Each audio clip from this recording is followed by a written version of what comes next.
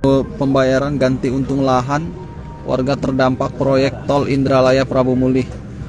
Adapun proses ganti untung ini untuk warga di desa Tebedak 1 di Kecamatan Pairaman dan desa Sukananti Kecamatan Rambangkuang. Nah, ini ada puluhan warga yang sedang mengantri pembayaran ganti untungnya oleh BPN Ogan Ilir di komplek perkantoran Hutama Karya di Indralaya.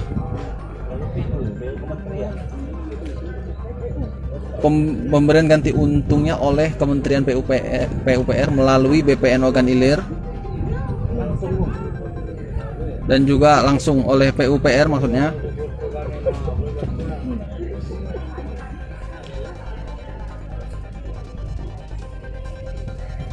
Adapun yang pembayaran ganti untung ini bertahap sejak awal 2021 lalu.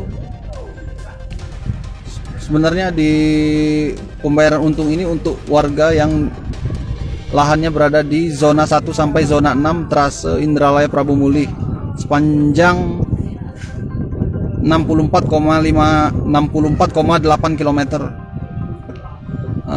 Tol Indralaya Prabu Mulih ini membentang dari melewati Kabupaten Ogan Ilir, Kabupaten Muara Enim, dan Prabu Mulih. Nah, saat ini warga yang mengantri di komplek kantor HK ini dari wilayah